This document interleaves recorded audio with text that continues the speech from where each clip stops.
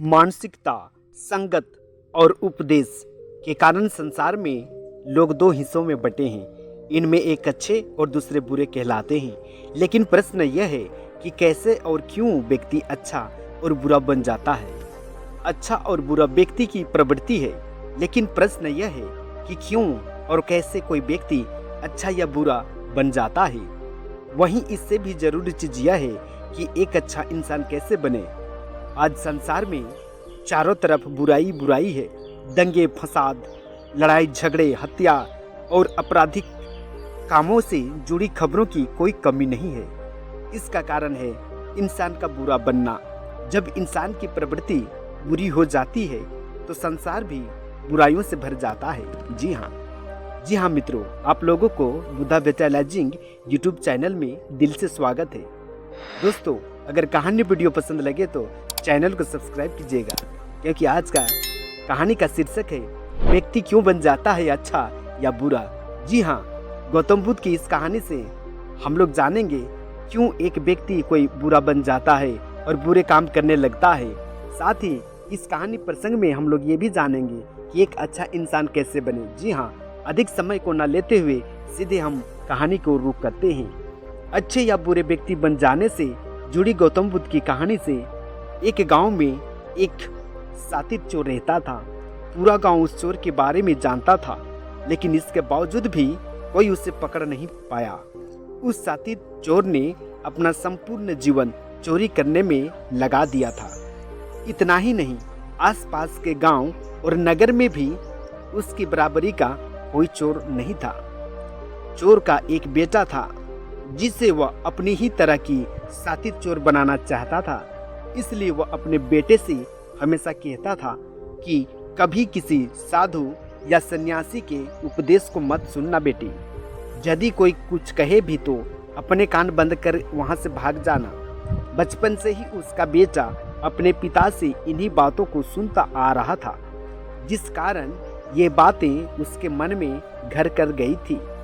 ऐसे में बड़े होकर बेटा भी अपने बाप की तरह सातिर चोर बन गया। एक दिन उसे बड़ा लालच आया और वह राजा के महल में चोरी करने के उद्देश्य से जाने लगा। तभी अचानक रास्ते में लोगों की भीड़ नजर आई। चोर ने देखा कि लोग एक सन्यासी के चरणों में गिरकर उनका आशीर्वाद ग्रहण कर रहे हैं। वो सन्यासी कोई नहीं और गौतम बुद्ध थे। चोर साधु सन्यासी से दूर रहता था, क्योंकि उसे अपने पिता से यही सीख मिली थी। लेकिन भगवान बुद्ध को देख वह उनकी ओर आकर्षित हो गया। इसका कारण यह है कि पहली बार उसे किसी तेजस्वी व्यक्ति के दर्शन हुए थे। अचानक उसके पिता की बात याद आ जाती है कि साधु सन्यासियों से दूर रहना चाहिए। चोर असमंजस में रहता है कि वह सन्यासी के पास जाएं या चोरी करने के लिए आगे बढ़ जाएं। एकाएक उसके मन में यह प्रश्न आता है कि आखिर पिताजी क्यों साधु संतों से दूर रहने को कहते थे। इसका उत्तर जानने के लिए चोर भी लोगों के बीच बैठ जाता है और भगवान बुद्ध के उपदेश सुनने लगता है। बुद्ध लोगों को झूठ बोलने की व्यर्थता और विश्वासघात के बारे में बताते हैं। उपदेश समाप्त होने के बाद सभी लोग अपने घर लौट जाते हैं और चोर भी चोरी करने के लिए महल की तरफ निकल जाता है। लेकिन पूरे रास्ते में वह यही सोचता रहता है कि क्यों न एक बार उस सन्यासी के उपदेश में कही बातों को मान कर देखा जाए। इस प्रकार से वह चोरी करने के लिए महल की दीवार से कूदने के बजाय महल के द्वार से अंदर जाता है। उसे देख महल के द्वारपाल उसे रोकते हैं और भीतर जाने का कारण पूछते हैं। चोर कहता है, मैं चोर हूँ और मैं महल में चोरी करने जा रहा हूँ। द्वारपाल उसकी बातें सुनकर हंसने लगते हैं और कहते हैं, जरूर यह महल का सेवक या नौकर होगा और हमसे मजाक कर रहा है। यह सोचकर वे उसे महल के अंदर जाने दे देते हैं। महल जाने के बाद चोर खजाना रखे तिजोरी के पास पहुंच जाता है और तिजोरी को तोड़कर धन और आभूषण की पोटली में भरकर भागने लगता है। तभी उसकी नज़र महल के रसोई पर पड़ती है। रात होने के कारण सभी सो रहे थे गहरी नींद में और रसोई में कोई नहीं रहता है।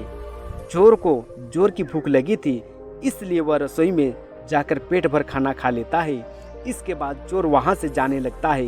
तभी उसे बुद्ध के उपदेश में सुनी दूसरी बात याद आती है कि जिसका नमक खाया है उसके साथ कभी भी विश्वासघात नहीं करना चाहिए।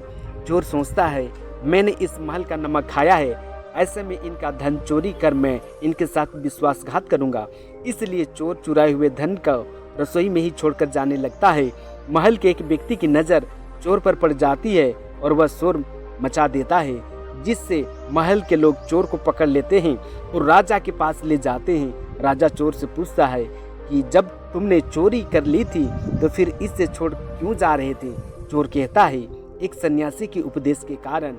चोर की बात से राजा प्रभावित हुए और उससे कहते हैं अगर तुमने ऐसे उपदेश बचपन से ही सुनने होते तो तुम कभी चोर बनते ही नहीं। इतना कहकर राजा ने उसे कोई सजा नहीं दी और छोड़ दिया, लेकिन राजा ने उससे कहा कि एक बात याद रखना, अपने जीवन में सही संगत और सही उपदेश से ही व्यक्ति अच्छा इंसान बनता है। इस दुनिया में बचपन से ही गलत संगत और गलत उपदेश मिलने के कारण वह बुरा व्यक्ति बन जाता है। संगत और उपदेश व्यक्ति का जीवन बदल देते हैं। जी हाँ मित्रों, आज की इस कहानी में हम लोगों को ये सीख मिलती है कि बचपन में ही अगर अच्छा संस्कार, अच्छे गुण, अच्छे आदतों को दिया जाए अपने बच्चों को, तो आने वाला भविष्य में कभी वो गलत कदम नहीं उठा सकता है, कभी गलत रास्ते पे नहीं जा सकता है। जी हाँ मित्रों, आज का कहानी का वीडियो आप लोगों को कैसा लगा? मुझे उम्मीद है बढ़िया लगा होगा। आज का कहानी में इतना ही। आप लोगों को बहुत बहुत धन्यवाद।